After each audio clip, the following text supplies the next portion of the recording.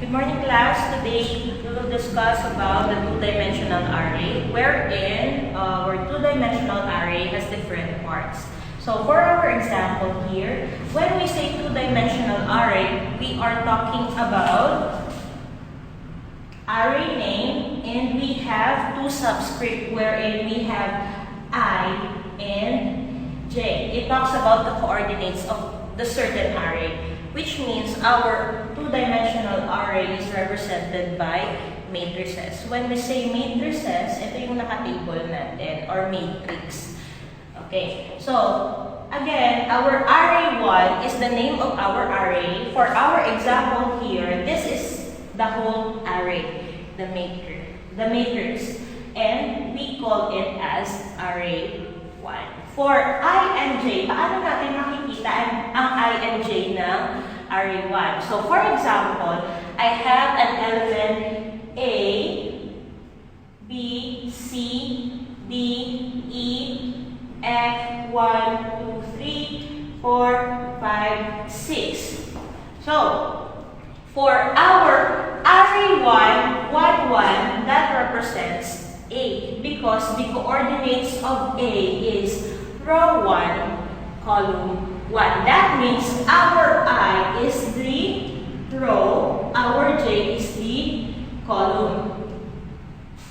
Okay? So, we have here array 1, the name of this matrix is equal to I, row 1, column 1 is equal to element A. For another example is our F. Element F is array 1, row 2, C3. So that means 2, 3. So we have array 1, 2, 3 is F.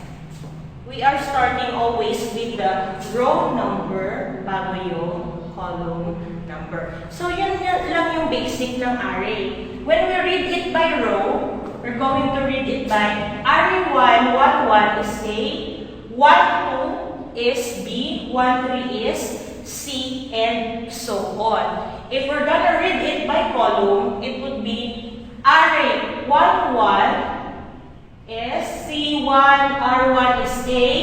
Read it by column again. Array 1, 2 is D. Array 1, 3 is 1.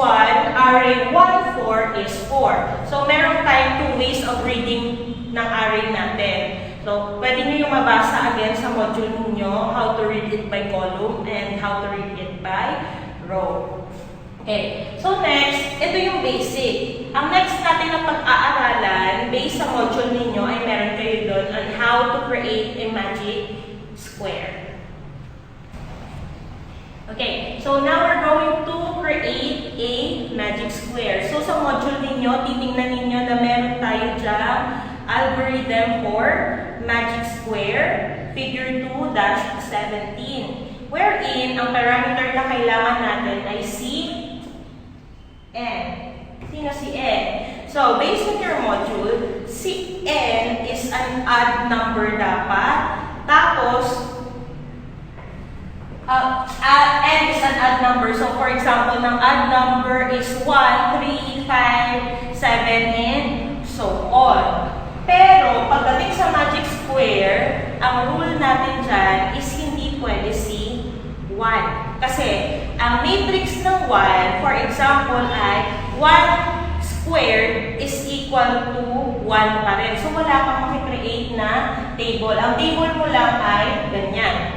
Wherein, kung mag-umpisa tayo, ang pinaka-list natin, ang list number natin na pwedeng gawin ay si 3. Si odd number 3. Kasi 3 squared is equal to 9. That means, kapag may 9 ka, you have 9 elements na pwedeng gawin. For example of this is our dimension.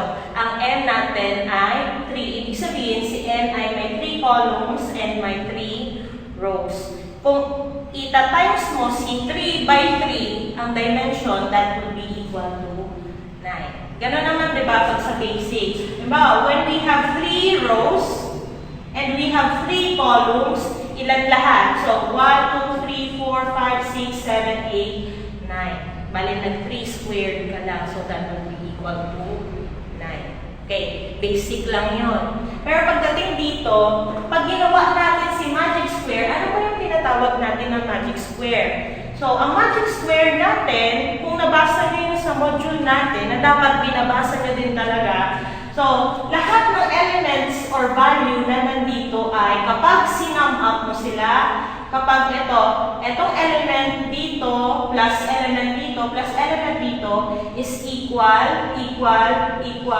pag ganon, ganito din, equal sila, lahat, just like the example on our book, right here. Okay, so ito yung example ng magic square, wherein lahat ng sum equal to 15, tapos ito din, 15, 15. Ito, kapag inad mo, 15, 15, 15. So, that is an example. Actually, that is n is equal to 3. So, ipapakita ko sa inyo kung bakit naging ganito yung value. Kasi dapat, wala pa. For example, ito pa lang yung raw na table natin. Paano natin siyang gagawin? Or paano natin ilalagay yung magic square na gano'n? Dapat mag-equal lahat ng value dito. Okay? So, let's start. We're going to use our magic square algorithm. So, we have to start with our n equal to 3.